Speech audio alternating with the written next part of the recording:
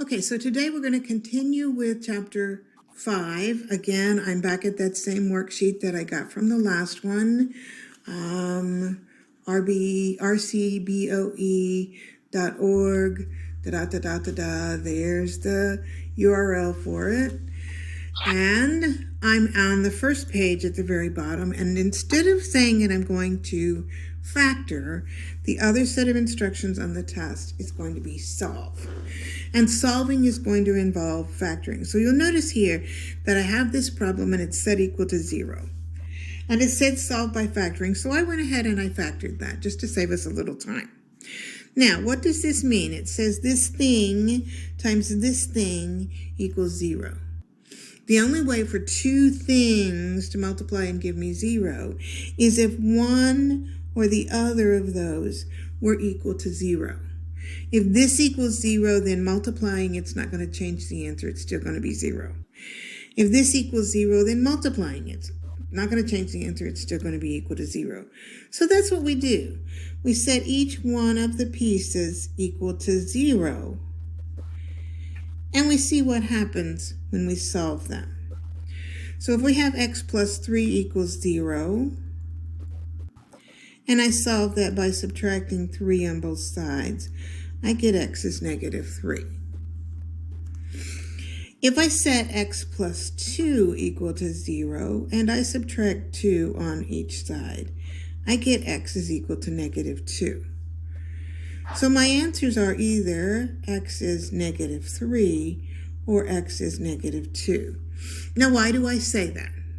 Because if I put one of these back here in the problem, negative 3 plus 3 is 0.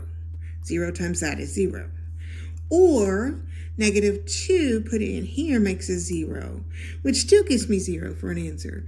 So for the first time we have a quadratic equation. Now we have 2 answers in our problem instead of just 1. And it all stems from the fact that this has been set equal to 0. So on the second page of the same worksheet, I went ahead on number 17 and I went ahead and factored it. This one had a greatest common factor to start with. And then I actually defoiled it or used the guess and check method. And now I have 3 things set equal to 0. That means that I need 5 is equal to 0, or x minus 2 equals 0, or x minus 5 equals 0. When was the last time 5 equals 0? Not going to happen. So that one's out. I can, however, solve this one. X minus 2 equals 0. Add 2 to both sides, and I get x equals 2. X minus 5 equals 0. Add 5 to each side and get x equals 5. So my answer is x equals 2 or x equals 5. And those are my 2 choices for that problem. Number 18, same thing happens again. On number 18, I factored it using a greatest common factor. Once I found the greatest common factor, I defoiled it. But since this is a variable, when I set x equal to 0, or x plus 12 equal to 0, or x minus 1 equal to 0, then I do actually end up with a possibility for an answer. X equals 0, or subtract 12 on both sides, x equals negative 12, or add 1 to both sides, x equals 1.